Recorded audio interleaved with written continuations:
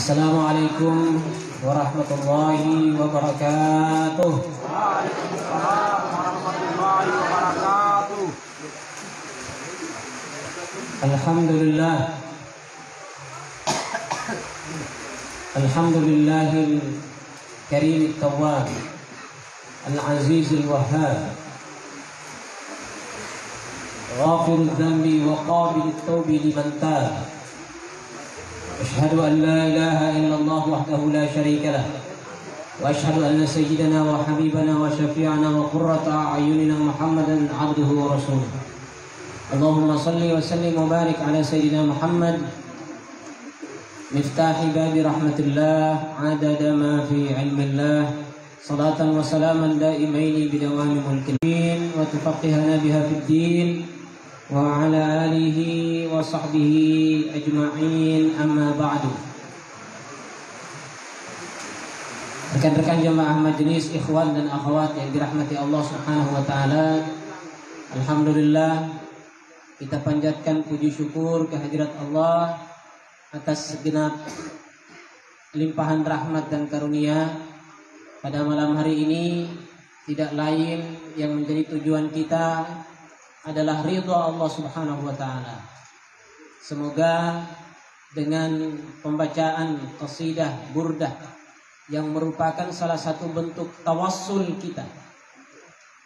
Tawassul artinya mencari perantara yang bisa mengantarkan kita kepada Allah Subhanahu wa taala, baik melalui amal saleh ataupun melalui orang-orang saleh. Tawassul melalui amal saleh ini ada dasarnya di dalam hadis baginda Rasulullah sallallahu alaihi wasallam. Sehingga amal saleh apapun yang kita buat, termasuk pada malam hari ini kita membaca qasidah burdah, kita bersalawat kepada baginda Rasulullah sallallahu alaihi wasallam, kita bertawassul dengan amal ini, kita sampaikan hajat kita kepada Allah Subhanahu wa taala. Ya Allah, jika Engkau menerima amal ibadah kami pada malam hari ini, kabulkan hajatku. Jika memang ada di antara kita yang memiliki hajat khusus, maka bertawassullah dengan amal saleh seperti malam ini. Atau kita juga bertawassul kepada orang-orang yang saleh, para aulia illah, para wali-wali Allah, baik yang masih hidup maupun yang sudah wafat. Bertawassul kepada mereka adalah bentuk pendekatan diri kepada Allah Subhanahu wa taala melalui cinta Allah kepada mereka. Karena Allah mencintai mereka, maka kita mendatangi mereka, kita meminta keberkahan dari mereka. Semoga saja jika ada hajat-hajat kita, maka melalui cinta Allah kepada mereka, insya Allah Allah akan lebih mudah kabulkan. Makanya itu kita sering ziarah ke makam-makam aulia dan salihin. Kita sering ziarah ke makam Habib Idrus bin Salim Al-Jufri. Kita bahkan mendatangi anak-anak cucunya yang masih hidup, Habib Ali bin Muhammad Al-Jufri, Al-Habib Saleh bin Muhammad Al-Jufri. Kita doakan mereka, semoga kedua guru kita senantiasa diberikan kesehatan oleh Allah Subhanahu wa taala, diberikan kekuatan oleh Allah Subhanahu wa taala dalam membimbing kita sekalian para abnaul khairat. Yakinlah bahwa para ulama mengajarkan kita tentang tawassul. Hubungan kita dengan orang yang kita tawassulkan itu semakin sering kita bertawassul, semakin dekat kita dengan mereka. Sekalipun mungkin di dunia kita tidak sempat hidup bersama-sama mereka, tetapi manakala kita sering bertawassul kepada Al-Habib Abdullah bin Alawi Al-Haddad, kepada Al-Faqih Al-Muqaddam, kepada Al-Imam Al-Muhajir Ahmad bin Isa, pada seluruh awliya illah, pada Habib Idrus bin Salim Al-Jufri, insyaallah walaupun kita tidak pernah bertemu dengan mereka, dengan sering membaca, mengirimkan Fatihah kepada mereka, bertawassul kepada mereka, mereka bisa mengenal kita. Bahkan ada ulama yang mengatakan, para waliullah mengatakan, siapa yang sering bertawassul kepada aulia illah, maka orang yang dia tawassulkan itu akan mengingatnya dan akan membimbingnya di hari kiamat. Kita berdoa semoga dengan keberkahan itu kita bisa dikumpulkan bersama dengan mereka semua. Amin ya rabbal alamin. Salawat dan taslim senantiasa kita haturkan kehadirat junjungan kita baginda Rasulullah sallallahu alaihi wa alihi wa sahbihi wasallam. Perbanyak salawat kepada Rasulullah itu adalah jaminan dikabulkan seluruh hajat. Sekali lagi mengenai hajat, mengenai keinginan-keinginan kita duniawi maupun ukhrawi, perbanyak salawat kepada baginda Rasulullah. Hanya mungkin kita belum merasakan faedahnya, kita belum merasakan mudaratnya, karena memang kita masih setengah-setengah bersalawat. Kita masih menganggap terlalu banyak, kita masih menganggap habis waktu. Kita mungkin lebih banyak, mohon maaf, memegang HP kita ketimbang kita bersalawat kepada baginda Rasulullah SAW. Andai waktu kita lebih banyak bersalawat, insya Allah segala hajat kita akan dimudahkan oleh Allah Subhanahu wa taala. Rekan-rekan yang dirahmati Allah, pada malam ini kita menuntaskan pembahasan kita mengenai masadirut tasyri'. Kita tuntaskan malam ini, insya Allah pertemuan berikutnya, karena ini sesuai dengan kesepakatan para asatidz kita, para pengurus majelis, dengan banyaknya teman-teman yang baru bergabung, alhamdulillah, puji syukur kepada Allah. Kita insya Allah pada pertemuan berikutnya akan kembali istilahnya cooling down. Kita turun membahas kembali fikih yang sudah kita bahas sebelum-sebelumnya, namun insya Allah dengan wajah yang lebih baru.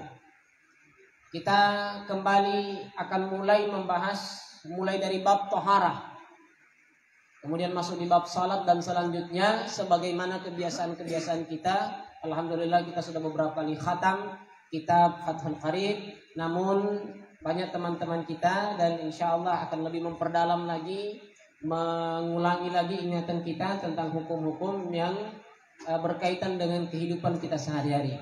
Sehingga malam ini insya Allah adalah terakhir dari pembahasan kita mengenai masadirut tasyri', mengenai sumber-sumber syariat yang insya Allah sebagaimana tujuan awal saya dalam membahas ini bisa paling tidak meluruskan pemahaman-pemahaman yang selama ini mungkin masih keliru atau mungkin masih ada yang bingung, masih ada yang syak kenapa kok bisa banyak dalil-dalil yang kita tidak ketahui, namun ternyata itulah yang digunakan oleh para ulama, sampai kemudian nanti pada kitab yang akan kita bahas insya Allah minggu depan itu adalah hasil dari dalil-dalil ulama yang mulai dari Al-Quran, As-Sunnah atau Hadis, masuk kemudian ijma, dan yang terakhir yang kita bahas malam ini yaitu tentang hal yang keempat yang menjadi dasar syariat dalam menyimpulkan hukum, yaitu qiyas.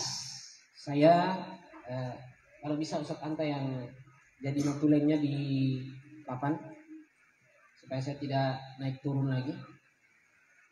Al-qiyas, kita tulis tentang al-qiyas.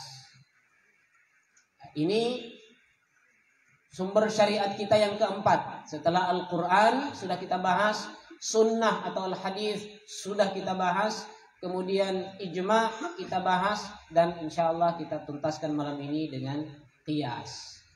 Qiyas ini juga sudah menjadi bahasa Indonesia. Qiyas sering kita sebut kita mengkiaskan, kita mengiaskan. Kalau dalam bahasa yang mungkin agak lebih modern disebut dengan analogi. Analogi, al-qiyas atau analogi. Tapi penjelasannya tidak sesederhana analogi yang kita pahami. Tetapi tentunya melalui pembahasan para ulama, qiyas dan analogi ini ada syarat-syaratnya, ada ketentuan-ketentuannya yang hanya bisa diketahui atau dipelajari oleh mereka yang tentunya memiliki kapasitas keilmuan yang tinggi. Namun saya hanya menjelaskan posisinya, pengertiannya, hujah-hujahnya, dan beberapa contoh-contoh yang terkait dengan qiyas secara ringkas melalui kuliah majelis kita malam ini. Jadi qiyas itu menganalogikan satu hukum yang ada sumbernya kepada satu hukum yang tidak ada, yang tidak disebutkan di dalam Al-Quran maupun hadis. Jadi sekali lagi, qiyas adalah menganalogikan, mengkiaskan satu hukum yang tidak ada disebut di dalam Al-Quran maupun Sunnah kepada hukum yang ada kaitannya di dalam Al-Quran dan Sunnah. Kata orang Arab, bil misal yattadihul maqal. Dengan contoh akan lebih jelas maksud dari apa yang dikatakan. Sekarang begini, banyak hal yang sudah menjadi kebiasaan kita atau hukum yang sudah kita praktekkan, tetapi itu dasarnya bukan Al-Quran, bukan Sunnah, bukan ijma', tapi dasar hukumnya qiyas. Contoh, saya mulai contohnya dari yang paling sering disebutkan oleh ulama, nanti kemudian saya tambahkan dengan contoh-contoh yang jarang disampaikan terkait dengan qiyas. Yang pertama, contohnya kita sebut saja tentang hukum meminum ganja, morfin, sabu-sabu, dan narkotik dan psikotropika yang lainnya. Yang kita sudah tahu semua, kita sering disampaikan oleh guru-guru kita, para asatid, para mubalik, bahwa hukumnya haram, sangat haram. Dari mana kita katakan itu haram?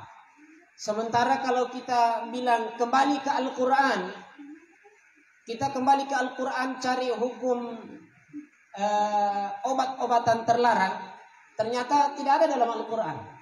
Silahkan buka mulai dari surah Al-Fatihah sampai surah An-Nas, mohon maaf tidak ada dalilnya, sama sekali tidak ada. Kita buka juga hadis di 6 kitab yang kita sebutkan kemarin. Kita buka di Bukhari, di Muslim, di Ibnu Majah, di Abu Daud, di Tirmidzi, di Nasa'i. Semuanya tidak ada yang menyebutkan tentang narkotik. Jadi apakah berarti itu halal karena tidak ada dalilnya? Tunggu dulu.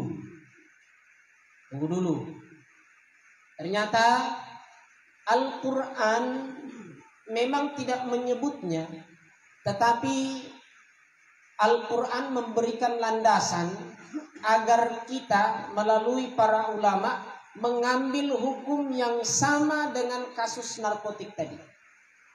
Maka di dalam Al-Quran disebutkan keharaman meminum khamar atau minuman keras. Jadi selama ini yang ada dalilnya itu hanya khamar. Tidak ada itu ekstasi, sabu-sabu dan lain-lain, tidak ada. Tapi melalui pengkajian yang mendalam oleh para ulama, ternyata apa yang ditimbulkan oleh obat-obat terlarang sama persis seperti yang ditimbulkan oleh khamar tadi, minuman keras. Sehingga melalui metode qiyas yang sedemikian rupa ketatnya, disimpulkanlah oleh ulama, memang narkotika tidak ada dalilnya secara langsung dalam Al-Quran, tapi Allah dan Rasulullah menjelaskan bahwa alasan yang menyebabkan khamar itu diharamkan adalah karena dia memabukkan dan merusak akal pikiran. Maka semua hal yang dikonsumsi, baik itu berupa serbuk, berupa minuman, berupa pil, berupa kapsul, berupa cairan yang disuntikan atau yang dihisap, apapun modelnya, judulnya dia memabukkan dan membuat kita hilang ingatan atau tidak berpikir secara normal, maka itu sama hukumnya dengan khamar. Sama hukumnya dengan khamar. Jadi sekali lagi keharaman narkotika, saya ingat narkoba. Keharaman narkoba ini adalah dasar qiyas kepada minuman keras. Karena pada dasarnya kullu muskirin haram. Semua yang memabukkan ini haram. Kenapa? Saya agak tertarik kemarin sempat melihat video dialog antara Khabib Nurmagomedov dengan Ferguson, Alex Ferguson, mantan pelatih Manchester United. Apa hubungannya? Khabib bercerita bahwa dia diajak oleh Sir Alex Ferguson untuk minum. Saya undang sebentar malam kita minum wine, itu salah satu jenis minuman mereka. Khabib menolak, dia tolak. Ditanya oleh Sir Alex Ferguson, kenapa menolak? Khabib bilang, dia cerita ketika diwawancara, kalau saya bilang saya Muslim dan itu dilarang, ya mungkin belum terlalu dipaham oleh Ferguson karena dia Nasrani. Tidak dipahami oleh Ferguson. Maka dia cari cara menjelaskan kepada Ferguson bagaimana supaya Ferguson paham. Maka dia katakan begini kepada Ferguson. Sir Alex Ferguson, saya ini petinju. Saya ini petarung MMA. Saya ini petarung MMA. Kalau sampai saya minum, hilang saya punya kesadaran, habis orang di undangannya pun saya pukul semua. Kalau sampai saya mabuk, saya hilang kesadaran saya, semua tamu undangan Bapak nanti akan kena saya punya pajak guru semua. Karena saya sudah tidak sadar kalau saya minum. Ini jawaban dari Khabib Nurmagomedov. Ini luar biasa. Sir Alex Ferguson selalu mengatakan, betul juga engkau bilang. Karena akal sehatnya sudah tidak ada. Sehingga apapun itu, dosa apapun itu nanti akan berlanjut. Banyak kita dengar tentang kisah-kisah bagaimana orang yang disuruh minum ini, disuruh berzina, disuruh bunuh, dia hanya pilihnya minum, ternyata dia lakukan tiga-tiganya. Banyak seperti itu. Jadi ini hanya salah satu contoh kias bagaimana metode kita para ulama itu kemudian menjadikan satu hukum yang tidak pernah dibahas di dalam Al-Quran jadi kemudian ada dan cocok dipraktekkan di dalam kehidupan kita. Ini contoh yang pertama.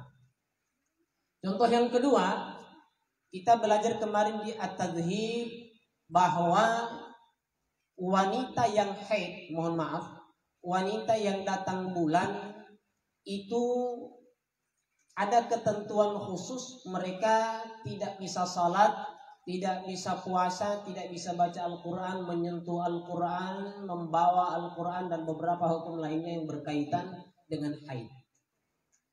Dalam pembahasan itu juga sama dengan yang namanya nifas. Padahal dalam Al-Quran tidak ada dibahas bahwa orang nifas itu haram salat. Yang ada cuma haid. Yas'alunaka 'anil mahid qul huwa adzam fa'tazilun nisaa fil mahid wa la taqrabuhunna dan seterusnya. Di hadis juga begitu. Yang dibahas oleh Rasulullah hanya haid, tidak pernah dibahas nifas.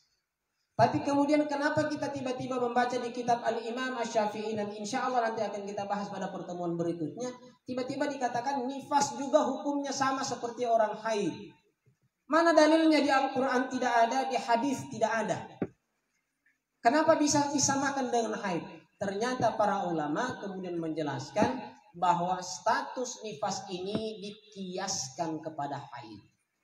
Semua hukum yang berkaitan dengan haid berlaku juga orang yang nifas, wanita yang nifas. Sehingga Anda mau cari dalil nifas tidak ada. Al-Quran, Sunnah tidak ada. Yang ada hanyalah haid. Tapi kemudian disitulah dasar hukumnya dijadikan hukum haid sama dengan hukum nifas. Contoh kedua.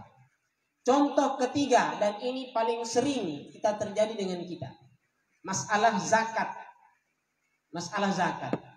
Kita cari di Al-Quran tidak disebut pakai zakat pakai apa. Yang hanya disebutkan hanya keluarkan zakat, keluarkan zakat.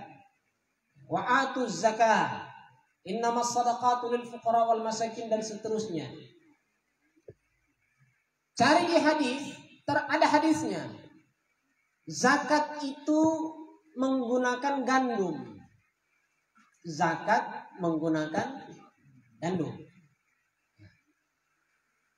Ternyata kita dalam praktek sehari-hari, kita berzakat ini di Indonesia khususnya, kita lebih lazimnya menggunakan beras. Anda mau cari di Al-Quran dalilnya orang zakat pakai beras, tidak ada. Zakat fitrah ya, kita bicara zakat fitrah. Anda mau cari di hadis zakat pakai beras juga tidak ada, yang ada cuma gandum. Apakah ini berarti kalau kita nanti ketika mau Idul Fitri, kita mau keluarkan zakat fitrah, kita mau pesan online itu gandum di Arab Saudi atau di Mesir atau di Yaman, baru kemudian kita keluarkan itu zakat gandum di sini? Karena tidak ada dalilnya. Maka untuk menggunakan ini dipakailah logika, analogi. Kenapa Rasulullah itu berzakat fitrah menggunakan gandum? Atau bahkan menggunakan kurma. Karena ternyata itu makanan pokok. Makanan pokoknya di Jazirah Arab dan sekitarnya. Kita di Indonesia makanan pokok kita bukan itu. Makanan pokok kita adalah apa? Beras atau nasi? Makan beras atau makan nasi? Tapi yang dikeluarkan beras bukan nasi. Beras yang dimasak menjadi nasi. Itu karena makanan pokok tadi inti dari dikiaskannya gandum ke beras karena dia adalah makanan pokok. Itu nanti ada aturan dalam berkias. Jadi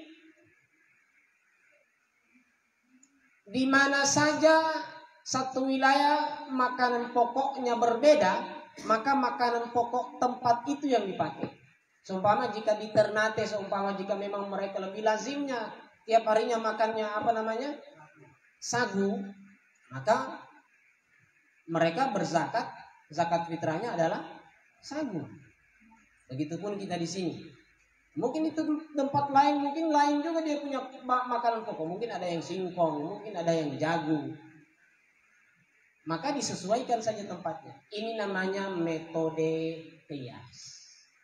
Metode qiyas. Jadi tidak semua nanti dalil itu kita dapatkan dalam Al-Quran dan Sunnah. Satu contoh lagi supaya lebih paham. Karena ini saya lebih banyak dicontoh saja supaya paham ya. Dalam Al-Quran Allah Subhanahu wa ta'ala melarang kita untuk mengucapkan uf. Wa wassaynal insana biwalidayhi husna hamalathu ummuhu wahnan ala wahn. Dan semua ayat ada dua tempat yang berbicara tentang kewajiban berbakti kepada kedua orang tua. Di ayat itu kemudian dijelaskan wala taqul lahuma uffin. Jangan katakan kepada mereka, kalau di Indonesia kan ini kata uff. Mungkin katakanlah beh atau apalah, ceh. Ini dalil tentang berbakti kepada ibu bapak. Dikatakan yang dilarang itu adalah mengucapkan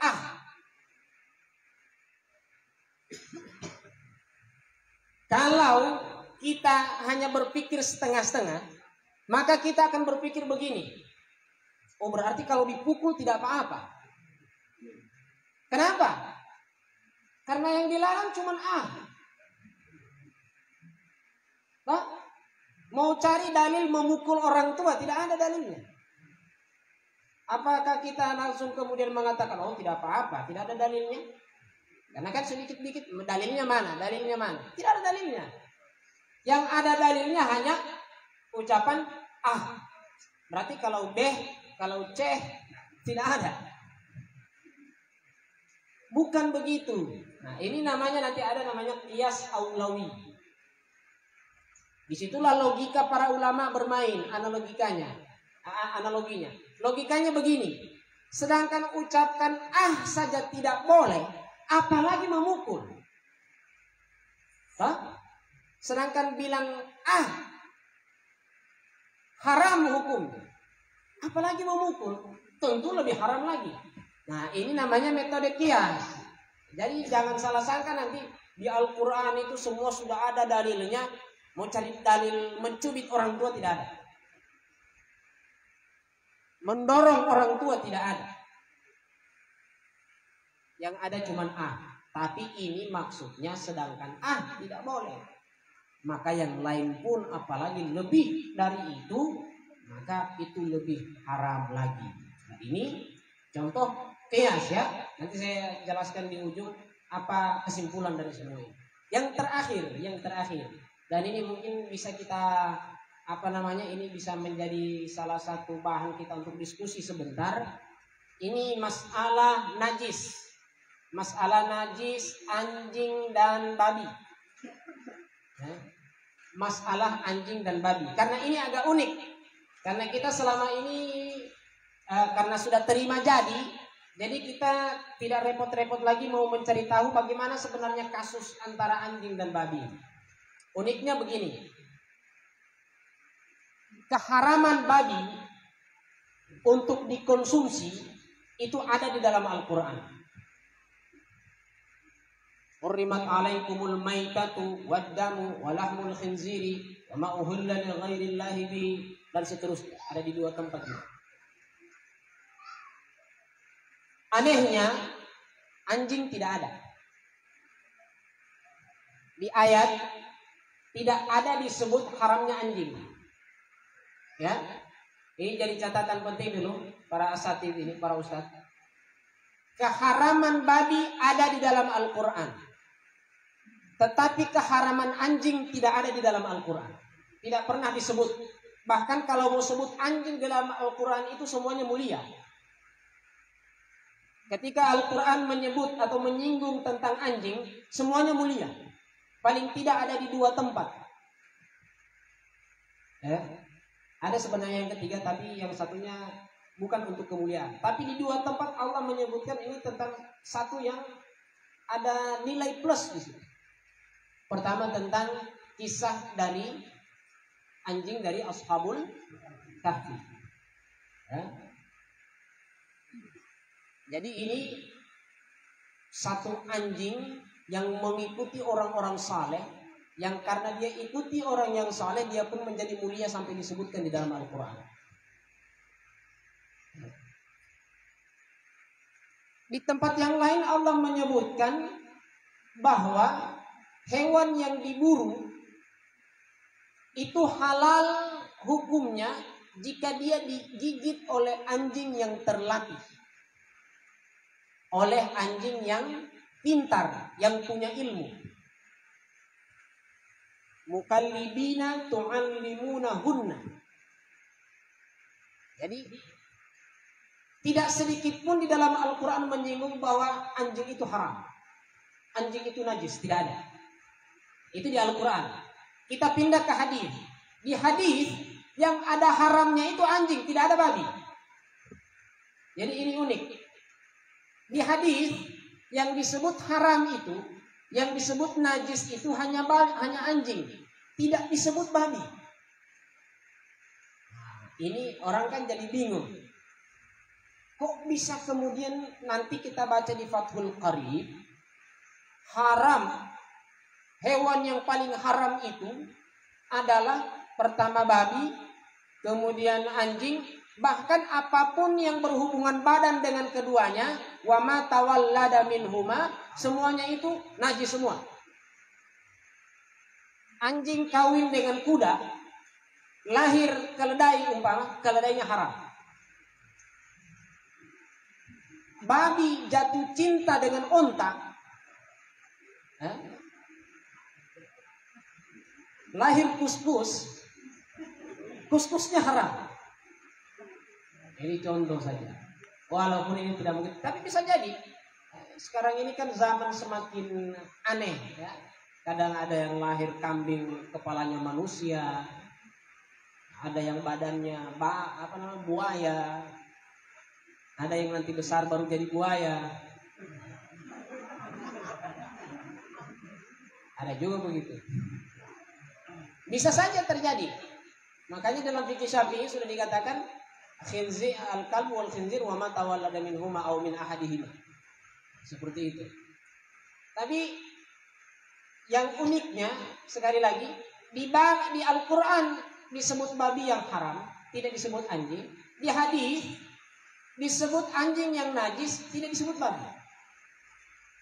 Bagaimana kita tiba-tiba di fikih Syafi'i, di madhab Syafi'i mengatakan bahwa status anjing dan babi sama saja haramnya. Najis mughallaza. Najis mughallaza. Ditambah sama tukul, najis tralala, mughallaza. Jadi semakin najis lagi dia. Digunakanlah metode kias. Bahwa di Al-Quran memang tidak disebut anjing. Itu haram. Tapi ulama mengkiaskan anjing itu sama dengan babi. Begitupun di masalah anjing.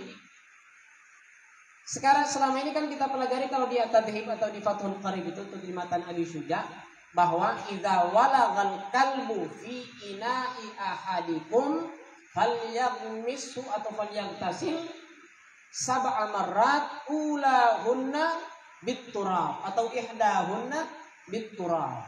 Kalau ada anjing yang menjilat satu wadah, entah itu baskom, entah itu piring, entah itu pire, entah itu tubuh atau yang lainnya, ada anjing jilat di situ, hukumnya adalah najis. Benda yang dia jilat harus dicuci 6 kali, 1 kali dengan tanah.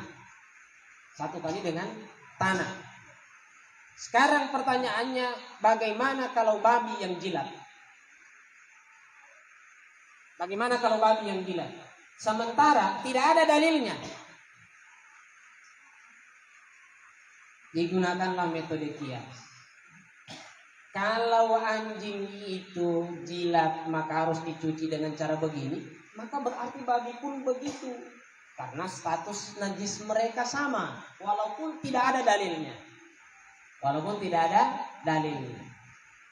Tapi masalah anjing ini sebenarnya agak unik. Dan saya sampaikan ini supaya kita wawasan kita luas, jangan heran nanti. Ternyata di madhab lain, mohon maaf, madhab Hanafi dan madhab Maliki, mohon maaf jangan kaget, najis anjing itu tidak najis. Anjing itu tidak najis. Saya ulangi. Dalam 4 madhab, semua sepakat air liurnya anjing yang najis. Syafi'i, Maliki, Hambali, Hanafi, semua sepakat air liur anjing itu najis. Tapi mengenai satu badannya, bulunya, ekornya, kakinya, tangannya, hidungnya, telinganya, ini terbagi 2 pendapat. Hanafi Maliki mengatakan yang najisnya anjing hanya liurnya.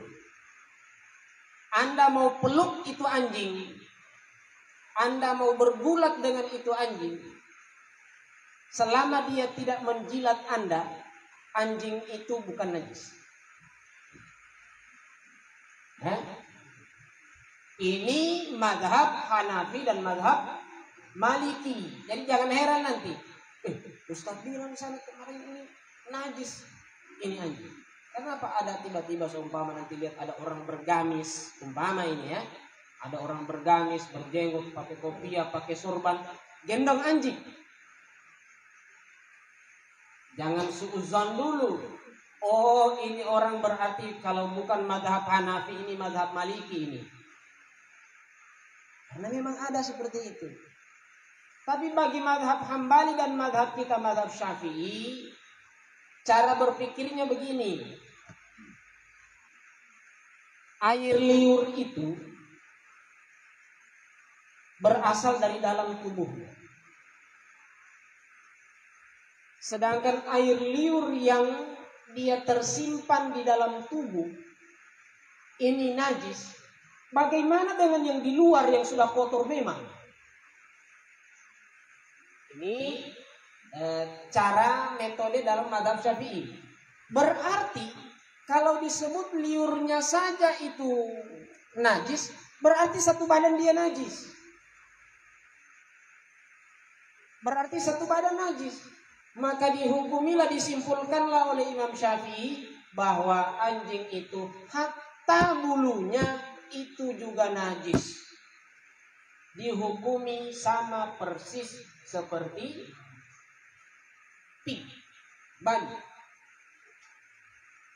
Nah, ini cara para ulama dalam menyimpulkan hukum. Jadi sampai sini dipahami nih. Qiyas ya. Intinya begini, saya ringkas saja terakhir. Dari pembahasan kita di awal Al-Quran, Sunnah, Ijma sampai malam ini qiyas, apalagi khususnya malam ini, tidak semua hal, tidak semua kasus kita harus bertanya dalilnya mana. Ini yang saya ingin garis bawahi kepada kita. Tidak semua hal, tidak semua kasus, tiba-tiba Anda selalu bertanya dalilnya mana. Karena dalam contoh kita malam ini, banyak hal yang sudah kita praktekkan tidak ada dalilnya sama sekali dalam Al-Quran apalagi hadis. Tapi kita sudah pakai. Kenapa?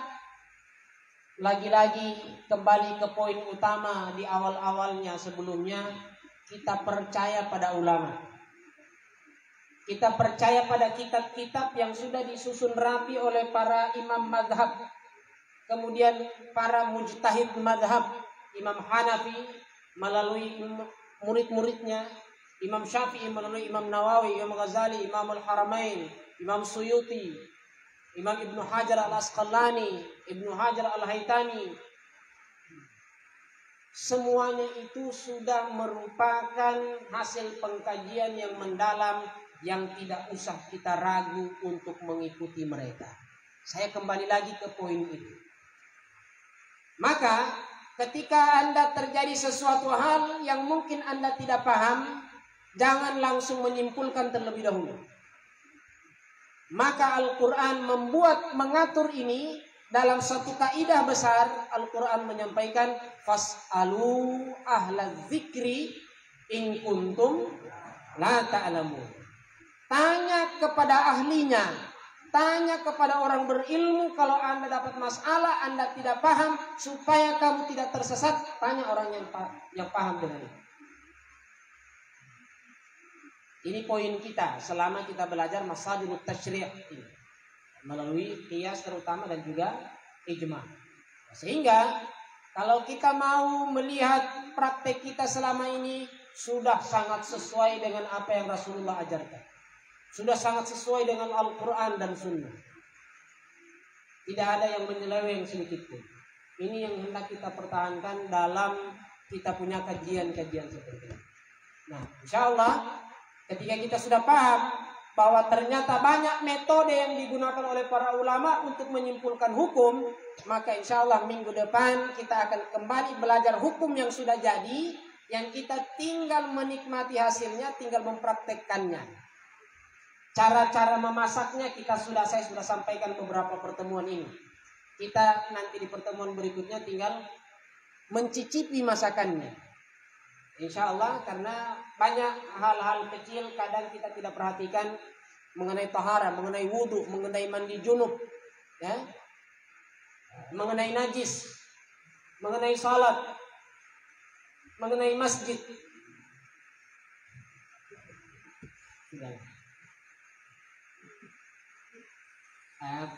Walhasil banyak hal-hal yang harus kita insya Allah belajar kembali nanti, supaya adik-adik saya, teman-teman saya yang bergabung, ada 2 kakak juga tadi kami bergabung, alhamdulillah.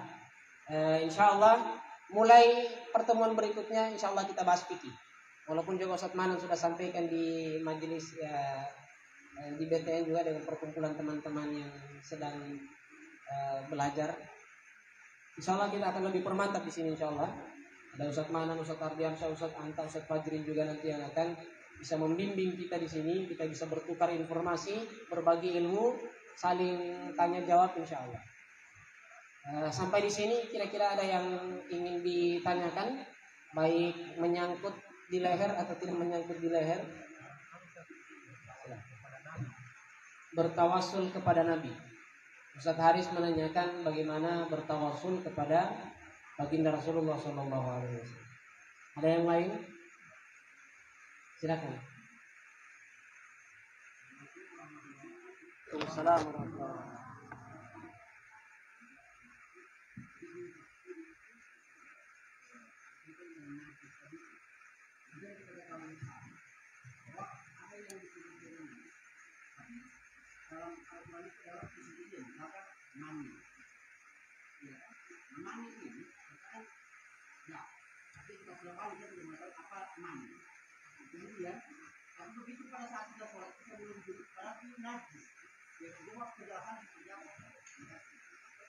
Oke. Ada lagi? Sudah dua pertanyaan yang masuk. Ada yang berikutnya? Dari akhwat? Dari Fadil. Akhwat ada? Oh belum. Silakan. Waalaikumsalam warahmatullahi wabarakatuh. Sekarang ini banyak orang di masyarakat dijadikan obat untuk gula, itu obat. Jadi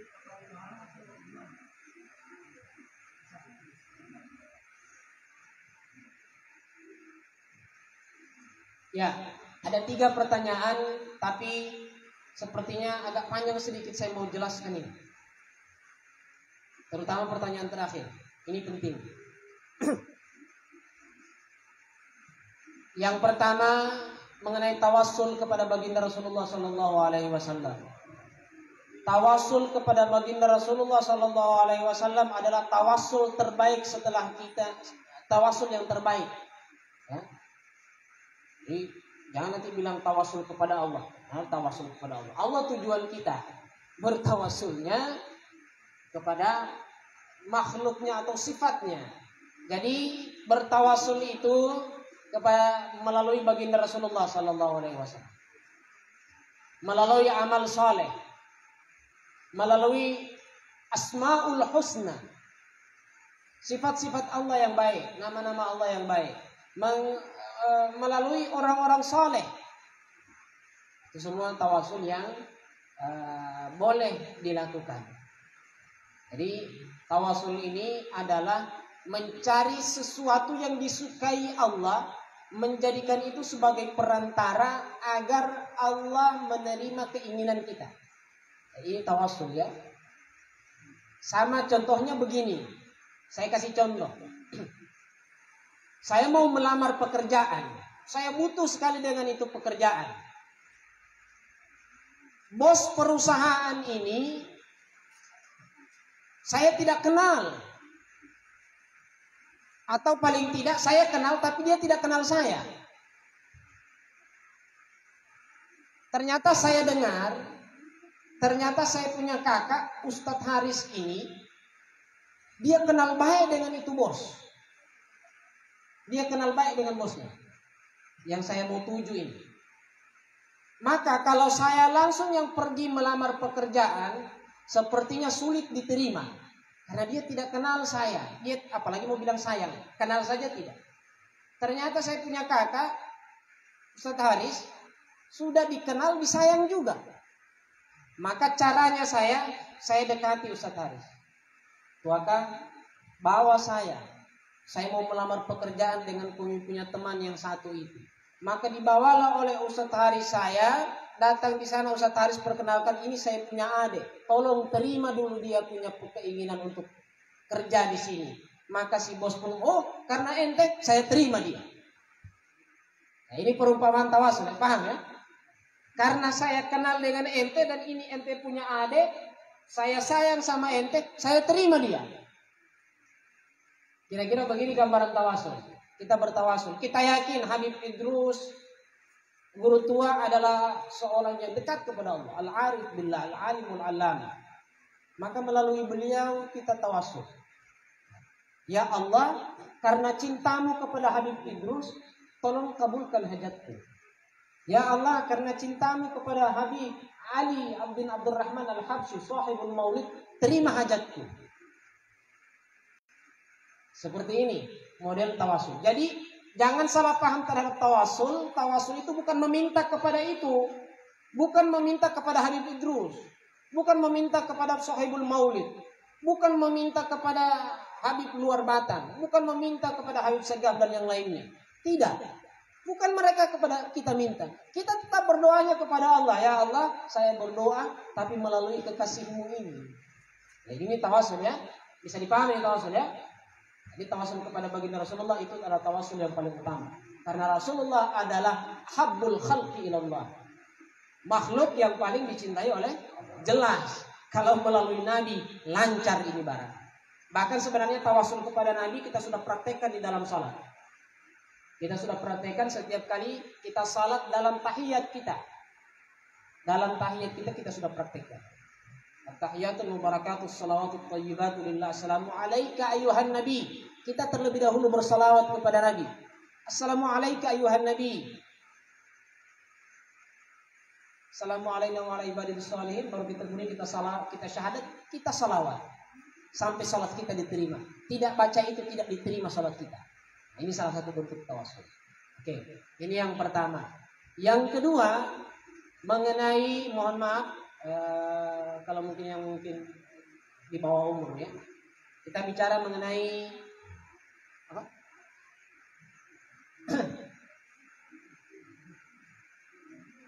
Racun es. Saya pakai istilah saya Imam Poto ya. Ya. Mengenai status racun es. Karena kalau kena ini perempuan bisa muntah-muntah dia.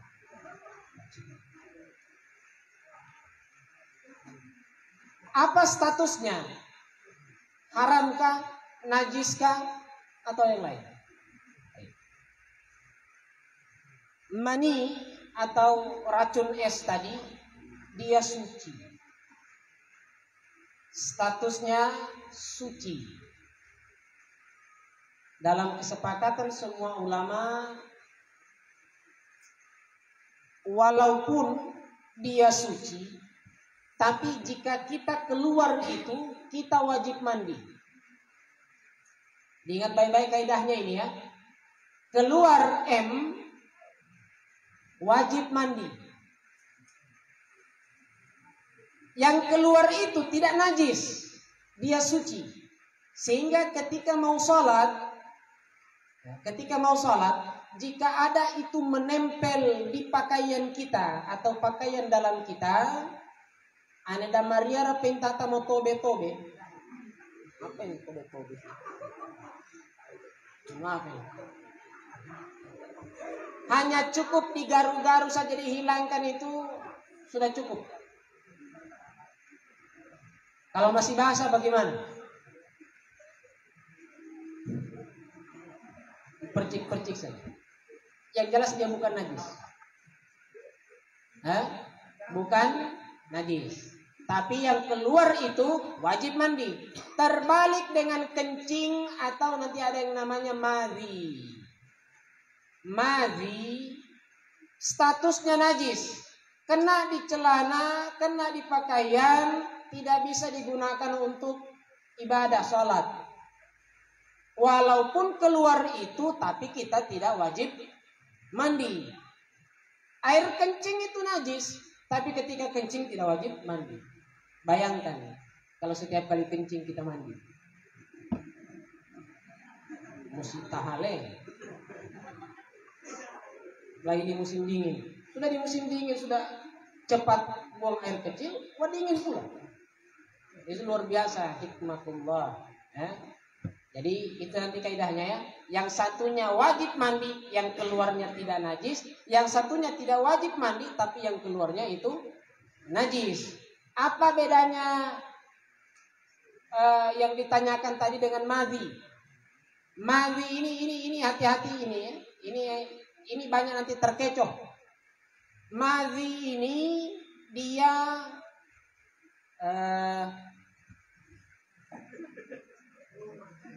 cairan yang keluar karena ada birahi yang muncul. Ya. Istilahnya Ustadz Manan, ludah Pakistan.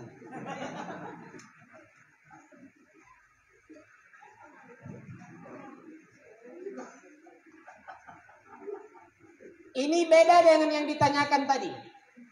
Cuman kita harus bedakan dia. Mana mani, mana madhi. Karena yang satunya ini najis. Kalau bicara mani sudahlah. Kita tahu itu tidak najis. Tapi kalau yang satu ini, hati-hati. Orang kadang tidak bisa bedakan. Mana Z, mana N. Ya.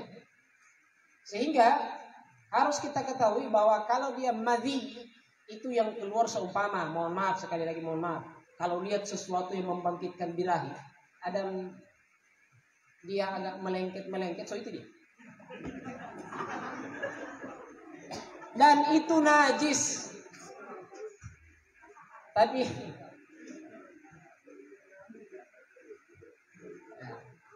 insya Allah nanti kita bahas. Sebenarnya kita tidak boleh tabu yang membahas begini ya. Tidak boleh tabu. Tapi insya Allah nanti akan ada bab selanjutnya. Saya akan lebih perdalam ini. Yang jelas racun es tadi tidak najis. Oke, ini yang kedua. Yang ketiga ini yang menarik ini.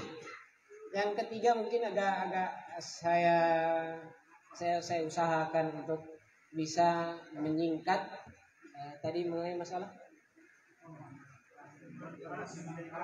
minuman keras dijadikan obat.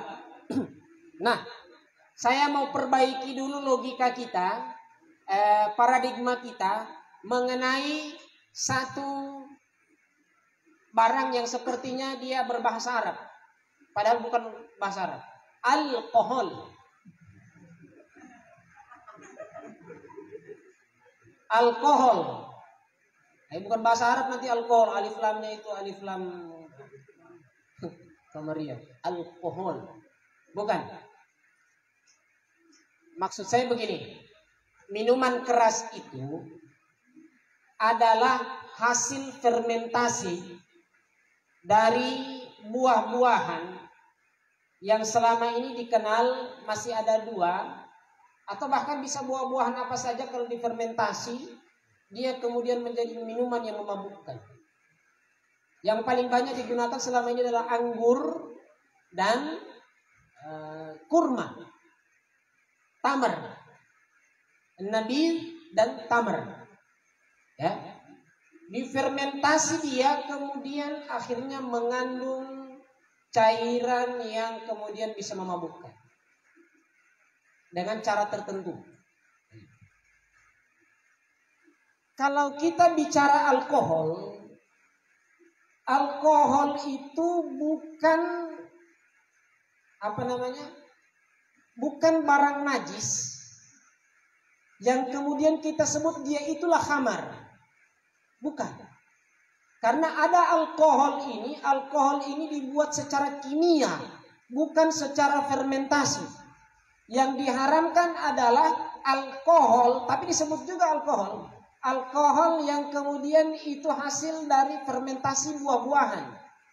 Sementara dari yang hasil kimia itu yang dijadikan obat. Mohon maaf kalau perempuan di kosmetik itu banyak alkohol. Ya? Tapi alkohol itu bukan alkohol hasil fermentasi. Itu alkohol kimia. Hanya sayangnya disebut juga alkohol. Nah ini jadi alkohol yang untuk kosmetik itu, apalagi untuk pengobatan, untuk menahan rasa sakit, untuk bius, untuk segala macam, bukan itu yang najis. Bukan itu yang haram, walaupun Anda minum mati juga Anda. Silakan coba-coba saja minum alkohol. Sedangkan muka yang hitam begini bisa putih dia bikin. Jadi yang haram itu yang hasil fermentasi nanti. Itulah yang kemudian jadi minuman-minuman keras, wine, anggur, vodka, asoka. Itu. Tapi kemudian yang jadi seumpama apa namanya? Bukan, untuk pengobatan ini ya. Untuk pengobatan menghilangkan rasa sakit itu ditaruh alkohol dan sebagainya, itu tidak haram. Tapi jangan juga diminum ya. Artinya dia tidak najis. Dia tidak najis. Sehingga saya agak kadang heran ini dengan masalah parfum. Ini alkohol yang dipakai alkohol mana? Hasil fermentasi atau alkohol kimia? Sehingga kemudian parfum halal non alkohol. Elit. Bos. Nah, jadi ini yang jelas intinya yang ingin saya sampaikan, haram atau najisnya minuman keras itu karena alkohol fermentasi.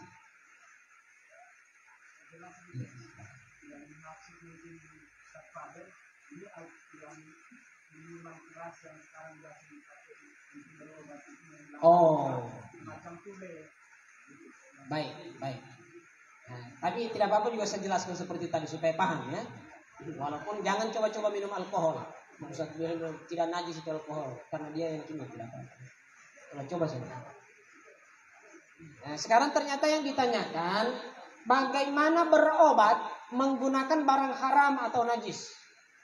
Menggunakan barang haram atau najis.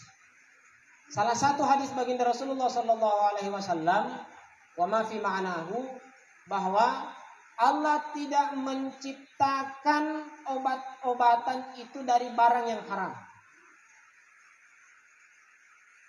Sehingga kita diperintahkan berobatlah dengan yang halal. Hanya saja maksudnya begini. Bukan berarti benda yang haram itu tidak menyembuhkan. Kadang menyembuhkan. Tapi yang kita mau ikut ini mana? Sementara Rasulullah sampaikan kita berobat itu pakai yang halal. Dan Allah tidak menciptakan obat dari hal yang haram. Artinya, kalau masih ada cara pengobatan yang itu dijamin halal, maka itu yang kita ambil. Itu yang kita ambil. Tidak mungkin Allah menciptakan obat-obatan hanya yang haram. Mungkin ada cara pengobatannya melalui haram, ada pengobatannya melalui halal, tapi kita disuruh untuk berobat dengan yang halal. Ya, dengan yang halal. Contoh. Umpama ada yang bilang bahwa sakit hosa itu, penyakit hosa, obat yang paling manjurnya adalah makan paneki yang dibakar. Kelelawar yang ditulung. Mau itu makan itu? Jelas haram. Atau ada yang bilang empedunya anjing.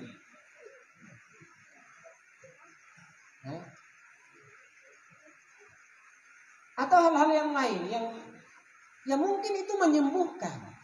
Tapi Allah suruhnya kita berobat sama yang halal. Dan saya yakin secara pribadi yang Allah yang tunjukkan yang halal itulah yang menyembuhkan sesungguhnya. Mungkin hal yang lain sembuh mungkin hanya sementara atau mungkin ada efek samping. Karena Allah yang menciptakan kita, Allah yang mengatur kita, Allah yang memberikan rincian kepada kita, Allah yang lebih tahu. Kita ini manusia hanya menerka-nerka. Karena hanya terjadi banyak kebetulan. Tapi yang jelas bahwa petunjuk dari Rasulullah berobat itu dengan barang yang halal. Walaupun ada sebagian riwayat, tapi ini diperselisihkan ya, mengenai kencing unta. Tapi ini panjang pembahasannya, tidak serta-merta seperti itu. Insya Allah akan kita bahas mulai minggu depan, malam Jumat depan, insya Allah kita berkumpul lagi di sini kita akan mulai membahas mengenai bab tahara. Kita mulai dari mengenai air-air yang kita gunakan untuk bersuci. Insya Allah dengan metode qiraah, saya jelaskan bahasa Arabnya, saya jelaskan nahwunya, dan insya Allah kita jelaskan, kita diskusikan isi-isinya. Amin. Saya rasa cukup sampai di sini. Mari sama-sama kita melalui amal saleh yang kita lakukan ini, melalui ilmu yang kita kaji, melalui salawat yang kita baca, melalui qasidah burda yang kita dendangkan tadi, kita niat, kita hajat kepada Allah. Ya Allah, kabulkan hajat-hajat kami, ampuni dosa-dosa kami, beri kami hidayah untuk mendekat kepadamu, beri kesehatan kepada orang tua kami, jauhkan kami dari fitnah, jauhkan kami dari bala musibah, sehatkan guru-guru kami, Habib Ali, Habib Saleh insyaallah. Amin. Ala hadhihi wa ala kulli niyatin salihah wa ila hadratin Nabi Muhammad sallallahu alaihi wasallam. Al-Fatihah.